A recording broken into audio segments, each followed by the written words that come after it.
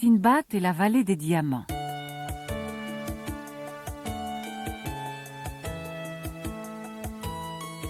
Je m'appelle Sindbad. Peut-être avez-vous déjà entendu parler de moi. Aujourd'hui, je suis le plus riche marchand de Bagdad, mais il n'en a pas toujours été ainsi. Dans ma jeunesse, j'ai voyagé sur toutes les mers et vécu 1000 aventures. C'est l'une d'elles que je vais vous conter ici. Un jour, notre bateau accosta sur une île merveilleuse. Nous y trouvâmes des fruits délicieux, des fleurs extraordinaires, des sources cristallines et des oiseaux multicolores. Mais pas un être humain ne semblait vivre dans ce paradis. Je laissai là mon équipage et partis en exploration. Au bout d'un moment, me sentant fatiguée, je m'étendis sur l'herbe et ne tardai pas à m'endormir. Quand je me réveillai, horreur! Le bateau était reparti sans moi. Déjà, les voiles blanches n'étaient plus que des points minuscules à l'horizon. Je grimpai sur une colline, espérant découvrir un village ou une ville sur l'autre versant. Mais il n'y avait rien. Ou plutôt si. Il y avait une chose très étrange, un gigantesque dôme blanc. Je m'en approchai et en fis le tour, ce qui me prit un certain temps, tant il était grand. Pas une porte d'entrée, pas un trou, pas une tache. Je le touchai, sa surface était entièrement lisse. Soudain, le ciel s'obscurcit et le vent se mit à souffler. Un énorme oiseau noir venait de se poser sur le dôme. Je n'eus aucun mal à le reconnaître. C'était le grand roc, cet oiseau légendaire dont on m'avait si souvent parlé.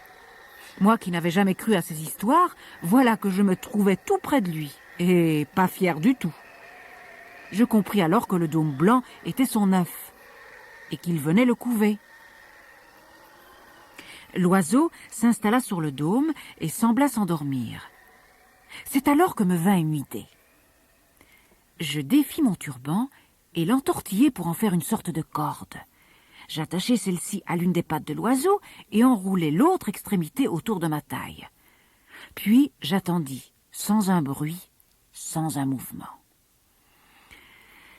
Aux premières lueurs de l'aube, l'oiseau se réveilla. Il s'envola en poussant un cri rauque, et je me retrouvai suspendue dans les airs.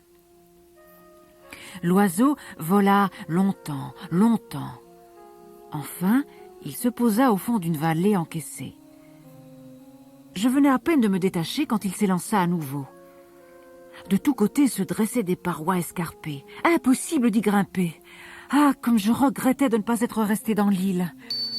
Dans mon affolement, je n'avais même pas remarqué que la vallée scintillait de mille feux. Le sol était jonché de diamants qui reflétaient les lueurs de l'aube. Jamais je n'avais admiré un tel trésor, même dans les plus riches demeures de Bagdad. Cependant, mes ennuis n'étaient pas terminés pour autant, car sur le sol rampaient d'énormes serpents, assez gros pour m'avaler en une seule bouchée. Aucun doute, j'étais bien dans la fameuse vallée des diamants, celle d'où personne n'était jamais revenu. Bientôt, le jour se leva, et les serpents se réfugièrent dans des crevasses.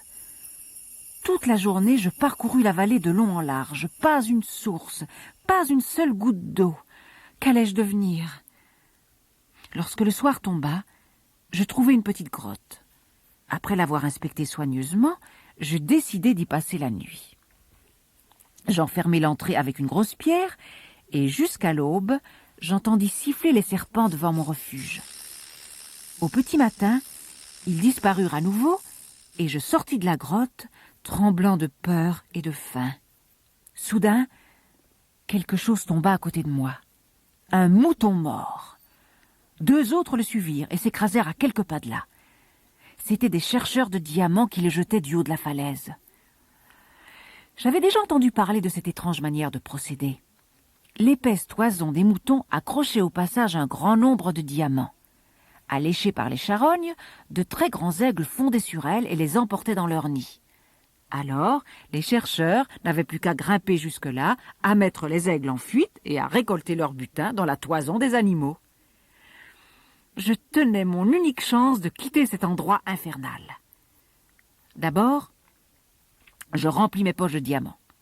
Puis, je choisis le plus gros des moutons, et après avoir déroulé une nouvelle fois mon turban, je m'attachai à l'animal. Je n'attendis pas longtemps avant de me sentir soulevé de terre.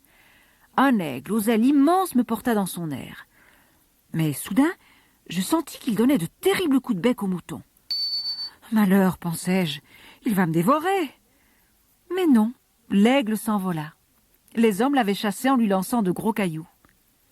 Aussitôt, je me détachai et bondis sur mes pieds. Mais je vis que les hommes me regardaient d'un air horrifié, car j'étais couvert de sang de la tête aux pieds. Aussi m'empressai-je de leur crier « Ne craignez rien, ce n'est que du sang de mouton. Aidez-moi, vous serez largement récompensés, car j'ai dans mes poches plus de diamants que vous n'avez jamais rêvé d'en posséder. » Ils me conduisirent alors jusqu'à la tente de leur chef, auquel je racontai tout ce qui m'était arrivé. Celui-ci me donna à boire et à manger, ainsi que des vêtements propres. Pour le remercier, je lui proposai de partager mes diamants avec lui. Mais il n'en prit que 2 en disant « Gardez les autres, vous les avez bien gagnés. » Voilà, mes chers amis, comment se termina cette incroyable aventure.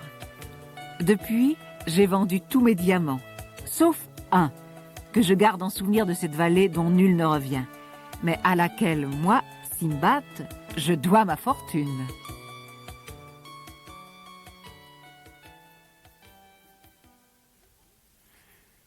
Les voyages de Gulliver. Les Lilliputiens avaient compris que Gulliver ne leur voulait aucun mal et qu'il était un homme bon et aimable.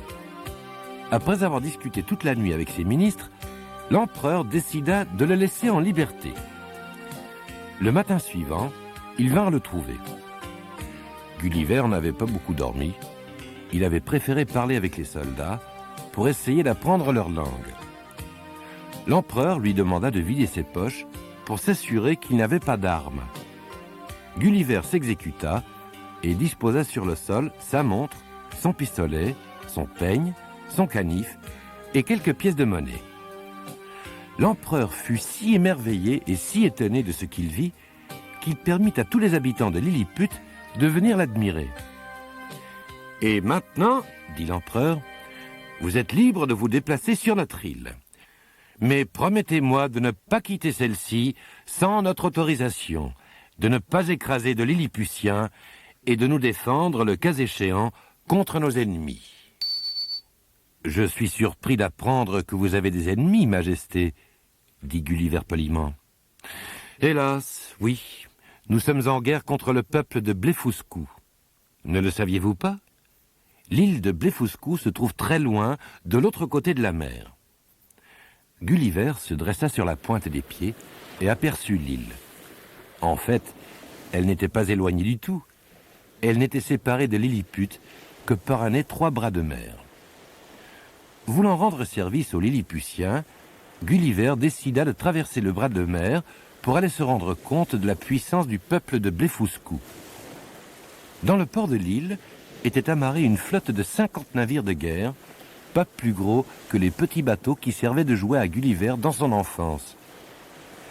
Gulliver rentra alors à Lilliput et demanda qu'on lui apporte des barres de fer et du câble. Mais le câble qu'on lui fournit n'était pour lui qu'une mince ficelle et les barres de fer ressemblaient à des petites aiguilles à tricoter. Gulliver en fit cependant des crochets qu'il enfila sur le câble. Puis il fourra le tout dans sa poche et entra dans l'eau pour retourner à Blefuscu. Il ne lui fallut que quelques minutes pour nager jusqu'à l'île. Il reprit alors pied dans l'eau peu profonde et s'avança vers le rivage. 30 000 marins et soldats l'avaient vu arriver de loin et s'étaient rassemblés sur le port, prêts à se défendre. Mais la vue de Gulliver émergeant soudain de l'océan les terrifia. « Un géant !» crièrent-ils, pensant que les Lilliputiens l'avaient engagé pour combattre à leur place. « Lilliput a envoyé un géant pour nous massacrer. Ne l'attendons pas, sauvons-nous, sinon nous périrons. » Et tous les marins des 50 navires sautèrent par-dessus bord et nagèrent vers le rivage, tandis que les soldats jetaient leurs arcs et leurs flèches et couraient se cacher dans les montagnes. Gulliver, debout dans l'eau, sortit les crochets et les câbles de sa poche et fixa un crochet à la proue de chaque navire. Puis, il coupa leurs amarres à l'aide de son canif et rassemblant les 50 câbles dans ses mains, il tira les bateaux de guerre hors du port et leur fit traverser le bras de mer sans encombre jusqu'à Lilliput. Lorsqu'il prit pied sur le rivage, les Lilliputiens l'acclamèrent. « Vive l'homme montagne! Il a sauvé Lilliput !» Gulliver amarra tous les bateaux dans le port, puis alla voir l'empereur. « Maintenant, Majesté, pouvez-vous me dire pourquoi Lilliput est en guerre contre Blefuscu ?»« Parce qu'ils sont odieux, » dit l'empereur, encore tout heureux de la victoire. « Ils mangent leurs œufs à la coque par le bourron. Imaginez-vous cela? Quelle habitude répugnante! Mais maintenant qu'ils sont battus, nous allons les obliger à briser leurs œufs du côté pointu. » Gulliver n'en revenait pas. « C'est pour cela que vous vous battez ?» cria-t-il. « Si j'avais su, jamais je ne vous aurais aidé. » Il se sentit coupable envers les Blefuscudiens vaincus et alla les voir pour se faire pardonner. Mais lorsque l'empereur vit que Gulliver s'était rendu chez l'ennemi, il entra dans une violente colère. « Trahison !» hurla-t-il. « C'est une trahison! Il a trahi Lilliput, il mérite la mort! Empoisonnez sa boisson, brûlez sa maison !» Le Premier ministre fit valoir qu'il était utile d'avoir un géant sous la main. « Je ne pense pas que nous ayons intérêt à le tuer, Majesté, dit-il. »« Très bien, coupa l'empereur. Dans ce cas, je lui ferai arracher les yeux. » Gulliver venait de rentrer de Blefuscu. Étendu sur la plage, il faisait sécher ses vêtements au soleil. Un héros s'approcha de lui, joua un air de fanfare et proclama à haute voix « Ô homme montagne, traître étranger, notre glorieux empereur a décidé de te faire crever les yeux. » Gulliver aussitôt se leva, traversa la ville en courant et gagna le port. Là était amarré le navire de guerre de l'empereur, le plus grand de toute la flotte de Lilliput. Gulliver y déposa son pistolet, sa veste et son chapeau, et le fit sortir du port. Puis, il le poussa en nageant vers la haute mer. Bientôt, il n'entendit plus que le bruit des vagues qui roulaient autour de lui. Au bout d'un moment, il réussit à s'asseoir dans le bateau, qui avait la taille d'un petit berceau d'enfant. Ses bras et ses jambes pendaient par-dessus bord. Fatigué, il ne tarda pas à s'endormir. Après quelques heures, un navire marchand repéra le bateau et son étrange équipage. C'était un bâtiment anglais qui faisait du commerce dans les mers du Sud et retournait dans son pays. La vigie crut d'abord que c'était un tonneau qui dérivait, mais heureusement, il aperçut Gulliver. Aussitôt, une chaloupe fut envoyée à son secours. Une fois à bord, Gulliver remercia le capitaine de lui avoir sauvé la vie et lui raconta ses extraordinaires aventures à Lilliput.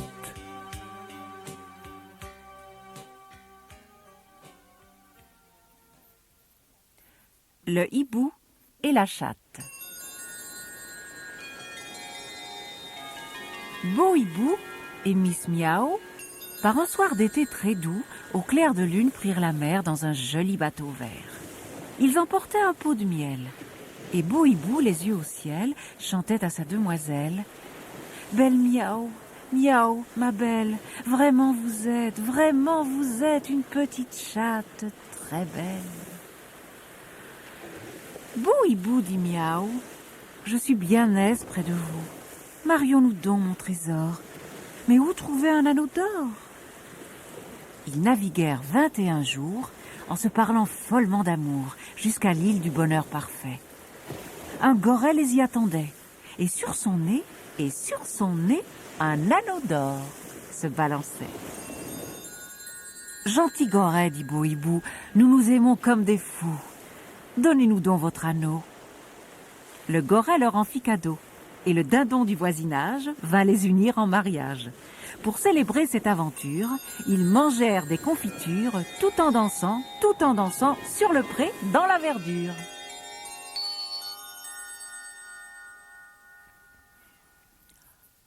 Le cochon volant. Maman m'avait offert pour mon anniversaire une superbe tirelire. C'était un cochon tout rond et tout rose, que j'appelais Victor. Je le posais sur l'appui de fenêtre de ma chambre et chaque semaine, je glissais quelques pièces dans la fente de son dos. Un jour, je décidai d'acheter un nouveau lit pour mes poupées. Je pris la tirelire et enlevai le bouchon de liège.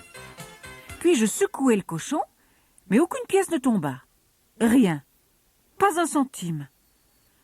Alors je me mis à crier « J'ai mis la moitié de mon argent de poche depuis des semaines et tout a disparu. Où est-il passé ?» Je l'ai mangé. « Que dis-tu » Je n'en croyais pas mes oreilles. Le cochon avait parlé.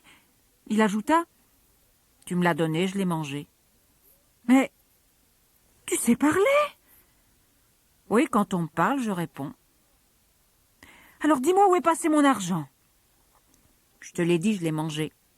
« Mais il n'y a plus rien dans ton estomac. » Je l'ai digéré. Crois-tu que les cochons comme moi vivent de l'air du temps? Je le secouai encore une fois tout en protestant. « Ça ne va pas du tout, je veux mon argent, rends-le-moi tout de suite. » Impossible, répondit Victor, puisque je l'ai digéré. Mais on peut aller en chercher si tu veux. Où cela, demandai-je? À l'hôtel de la Monnaie, pardi. Dans le palais du prince des riches. C'est là que se trouve l'argent. Si tu montes sur mon dos, je t'y emporterai. Mais d'abord, il faut me donner à manger. Je meurs de faim et ne puis partir le ventre vide, dit Victor. J'allais chercher ma collection de pièces étrangères. Au fur et à mesure que je mettais des pièces dans la fente, Victor grossissait. Finalement, il devint aussi gros qu'un vrai cochon. J'enfourchai son dos et il s'envola par la fenêtre, à reculons. Je lui demandai « Pourquoi voles-tu à l'envers ?»« Parce que l'hôtel de la Monnaie n'existe plus, me répondit-il. Je dois y remonter le temps pour y arriver. » Nous volâmes ainsi un moment. Tout d'un coup, j'aperçus des nuages de fumée et des flammes gigantesques. « Que se passe-t-il » ? C'est la guerre, dit Victor calmement. Ils tirent des coups de canon. Je commençai à m'inquiéter. Tu veux dire que nous risquons de nous faire tuer ? Victor ne répondit pas, car il regarda un énorme parachute descendre vers nous. Sous le parachute, il y avait un homme qui portait des lunettes d'aviateur et une veste en peau de mouton. Il atterrit en douceur sur le dos du pauvre Victor. « Bonjour, dit-il. Ils ont abattu mon avion. J'ai juste eu le temps de sauter avant qu'il ne tombe dans la mer. J'espère que je ne vous dérange pas. » Victor grogna un peu, mais sans refuser vraiment. « Pourquoi volez-vous à reculons » interrogea l'aviateur. Victor lui expliqua qu'il me conduisait à l'hôtel de la Monnaie. « Ça tombe bien, dit l'aviateur. J'ai laissé mon portefeuille dans l'avion et je n'ai plus un sou sur moi. » Un peu plus loin, nous rencontrâmes une montgolfière. L'homme, assis dans la nacelle, portait une casquette d'explorateur et des vêtements tout à fait démodés. Nous avions déjà traversé un siècle. Quand nous nous approchâmes, l'homme demanda poliment « Puis-je venir avec vous ?» Le vent souffle dans la mauvaise direction et je n'avance vraiment pas.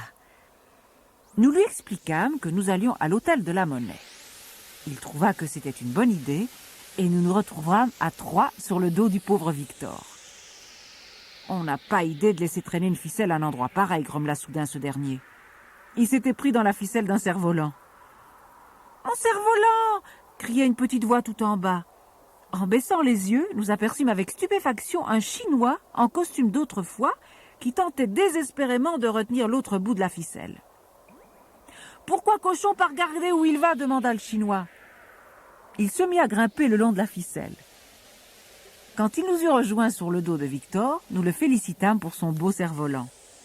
« Ah oui, c'est nous qui avons inventé le cerf-volant, dit-il, et nous venons aussi d'inventer les billets de banque. » Victor eut un frisson de dégoût. « J'ai jamais mangé de papier, » ronchonna-t-il. Quand nous apprîmes au Chinois que nous allions à l'hôtel de la Monnaie, il trouva cela très intéressant. Nous continuâmes notre voyage jusqu'au tout début du temps, puis nous tournâmes à gauche. L'hôtel de la Monnaie se dressait à l'horizon, multicolore et somptueux. Il était gardé par un tigre au pelage cuivre et or. Mais un tigre n'était pas de taille à lutter contre un cochon volant, un aviateur, un explorateur, un Chinois et moi. Nous descendîmes et aussitôt, je me mis à cueillir des pièces d'or, d'argent et de cuivre sur les arbres du palais. Quand Victor s'approcha de moi, je glissai quelques pièces dans la fente de son dos. Puis, nous repartîmes vers le temps présent. Mais avec 4 passagers sur le dos, Victor commença très vite à sentir la fatigue. En plus, il avait très faim. « Donne-moi à manger », disait-il sans arrêt. Et chaque fois, je mettais une poignée de pièces dans sa fente. Tout d'un coup, il déclara « Excusez-moi, mais je me sens lourd. Il faudrait que quelqu'un descende. »« Je veux bien », répondit l'explorateur. « Justement, voilà ma montgolfière, et les vents me paraissent favorables. » L'aviateur décida de l'accompagner dans son voyage autour du monde, et ils s'installèrent tous deux dans la nacelle. Un peu plus loin, le Chinois attrapa la ficelle de son cerf-volant et redescendit à terre. Mais je n'avais plus une seule pièce de monnaie et j'entendais l'estomac de Victor qui grouillait horriblement. Alors je fermai les yeux, me cramponnai solidement et attendis la catastrophe. Quand je rouvris les yeux, j'étais dans ma chambre.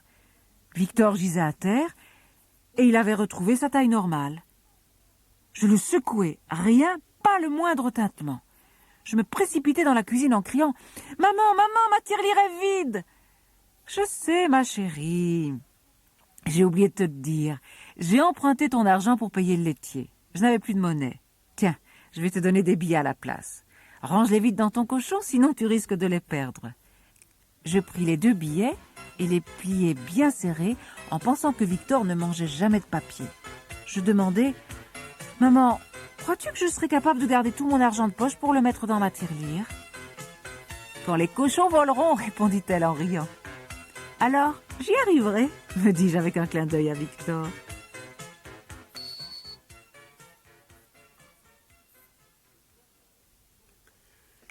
Le Père Noël se révolte.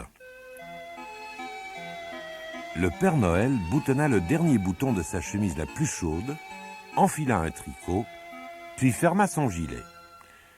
Il s'enveloppa dans son manteau rouge et noua soigneusement son écharpe. « Quelle horrible nuit !» remarqua-t-il, tandis que la grêle tambourinait contre les carreaux et que les flocons de neige s'infiltraient sous la porte. « C'était une soirée à rester bien tranquille au coin du feu en buvant du chocolat. » Il enfila ses chaussettes de laine les plus épaisses, chaussa ses bottes fourrées et mit ses gants. Puis, s'apercevant dans le miroir, il se dit « Pas étonnant qu'on me croie gros avec tous ces vêtements. » Dehors, le renne Marcel était pressé de partir. Il faisait si froid que le gel faisait coller au sol les patins du traîneau. Le Père Noël vérifia que tous les cadeaux étaient bien à bord et Marcel s'élança au galop. Tralalala, tralalala. Le Père Noël se força à chanter malgré le froid. Mais il était de fort mauvaise humeur. « Je crois bien, Marcel, que je n'ai pas le cœur à travailler cette année, » dit-il. « Pourquoi donc place-t-il toujours Noël en plein hiver, quand il fait si mauvais ?»« C'est vrai, ce n'est pas un temps pour voyager, je pourrais me casser une patte, » bougonna Marcel. Ils firent leur première halte sur un toit pentu que la glace avait rendu glissant. Marcel regardait du coin de l'œil le Père Noël engoncé dans tous ses vêtements. « Et si, cette année, vous ne descendiez pas par cette étroite cheminée ?»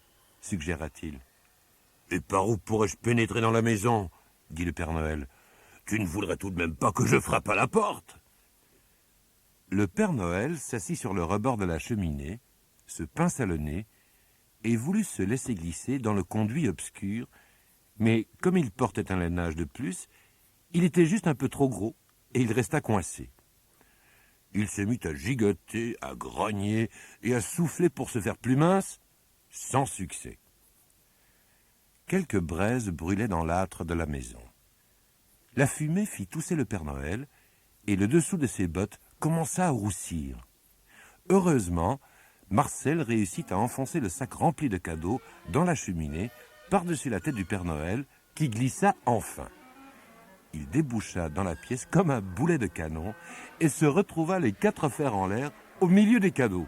« Plus jamais !» murmura-t-il. « Plus jamais ! il faudra absolument que Noël se fête plus tôt l'année prochaine. Même après avoir rempli les souliers des enfants et être remonté sur le toit, il répétait encore « Plus jamais par un tel temps. L'année prochaine, j'avancerai Noël. » « Sera-ce beaucoup plus tôt ?» interrogea Marcel, disparaissant dans une rafale de neige. « Ce sera en juillet !» décida fermement le Père Noël. Le mois de juillet arriva très vite. Le Père Noël fut si occupé à réunir tous les cadeaux qu'il ne prit même pas de vacances. « Ça ne fait rien, » confia-t-il à Marcel. « On dit qu'un changement fait autant de bien que du repos. Sors le chariot à 6 roues. Nous n'avons pas besoin de ce vieux traîneau. » Et le Père Noël commença à se préparer. Il se rasa, car il ne portait la barbe qu'en hiver, pour avoir chaud. Il mit son jean préféré, choisit son plus beau t-shirt et enfila ses sandales. Puis, il s'admira dans le miroir. « Je suis mince comme un roseau !» s'écria-t-il en bondissant dehors. En ce mois de juillet, les toits étaient parfaitement secs et faciles à escalader. L'étroite cheminée ne posa aucune difficulté. Le Père Noël, sans ses épais vêtements d'hiver, y passa comme une lettre à la poste. Debout devant l'âtre, il éternua cependant plusieurs fois à cause de la suie qui lui était entrée dans les narines. Sans ses moustaches, celle-ci n'était plus protégée. Mais en regardant autour de lui, il vit que rien n'était comme d'habitude. Pas le moindre petit verre de vin, pas une miette de gâteau préparé pour lui, pas de sapin de Noël, aucune bougie, aucune décoration. La maison semblait nue et déserte. Tout à coup, il comprit. Toute la famille était en vacances. « Comment ont-ils osé ?» s'étonna-t-il. « Ils sont partis sans même penser à moi. » Le plus grave, c'est qu'il n'y avait pas un soulier ni une botte dans la cheminée. Il n'eut plus qu'à regagner le toit, chargé de tous ses cadeaux. « Bien sûr, il ne m'attendait pas si tôt, » dit-il en ressortant de la cheminée, tout en sueur à cause de la chaleur. Mais Marcel ne lui répondit pas. Il était exaspéré par les mouches et les moustiques qui le piquaient. « Il n'y a pas de bestioles comme ça en hiver, » grogna-t-il en leur donnant un coup de queue. Dans toutes les maisons, ce fut pareil. Ou bien les gens étaient absents, ou bien, pire encore, les enfants étaient éveillés à cause de la chaleur. Plus d'une fois, le Père Noël dut vite regagner la cheminée, de peur d'être vu. Une famille, qui avait entendu des bruits étranges, crut même qu'il s'agissait d'un voleur. Alors le Père Noël sauta dans son chariot à 6 roues, et Marcel se mit à galoper. Ils rentrèrent à toute vitesse, tandis que les cadeaux inutiles s'éparpillaient le long du chemin. « Plus jamais !» criait le Père Noël furieux. « Plus jamais !» Quand Noël revint, le Père Noël sortit donc comme d'habitude dans la nuit glacée. Il boutonna son tricot le plus chaud, enfila son gilet et son grand manteau rouge, prit son écharpe, ses bottes et ses gants. Marcel, tirant le lourd traîneau, galopa dans la tempête de neige, sans que ni lui ni le Père Noël ne se plaignent. Le Père Noël n'eut pourtant pas le courage de chanter. C'est qu'il avait oublié de mettre sa seconde paire de chaussettes et qu'il commençait à claquer des dents. Lorsqu'ils arrivèrent à la première cheminée, le Père Noël resserra sa ceinture, chargea le sac de cadeaux sur son épaule et s'assit sur le haut de la cheminée, comme un œuf dans son coquetier. « Je ne vois pas pourquoi je m'inquiète, » marmonna-t-il en se tortillant pour glisser plus bas. Puis, il disparut. Tout au bout, dans le salon, des guirlandes pendaient du plafond comme des arcs-en-ciel. Un grand sapin de Noël scintillait, décoré d'au moins 100 bougies et d'étoiles argentées.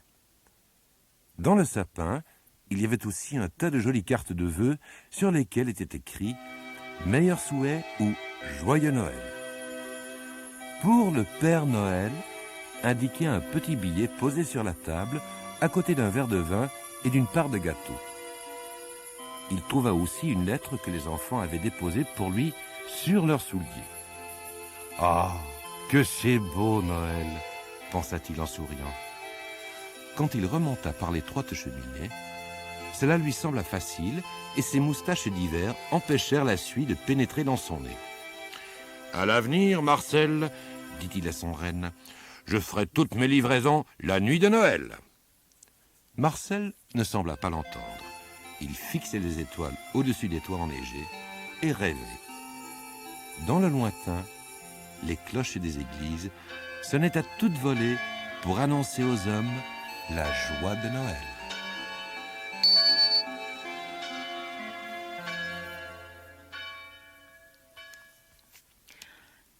Rosina doit maigrir. Rosina était un éléphant qui vivait dans un zoo. Les visiteurs l'appelaient la grosse, car elle était vraiment très volumineuse. Et Rosina ne trouvait pas ça drôle du tout. Mais Rosina adorait les enfants qui venaient la voir, car ils lui donnaient des tas de bonnes choses à manger. Des pommes, des biscuits, des gâteaux. Rosina appréciait particulièrement les gâteaux à la crème. « Tu deviens beaucoup trop grosse, disaient cependant les gardiens. Mais Rosina faisait la sourde oreille. Un jour, qu'elle voulait pénétrer dans la maison des éléphants, elle resta coincée dans la porte. « Ces stupides gardiens ont rétréci l'entrée, se dit Rosina. Elle essaya encore une fois, mais en vain. Peut-être ai-je vraiment mangé trop de gâteaux, s'avoua-t-elle. Et une grosse larme roula le long de sa trompe. Les gardiens essayèrent de pousser Rosina à l'intérieur.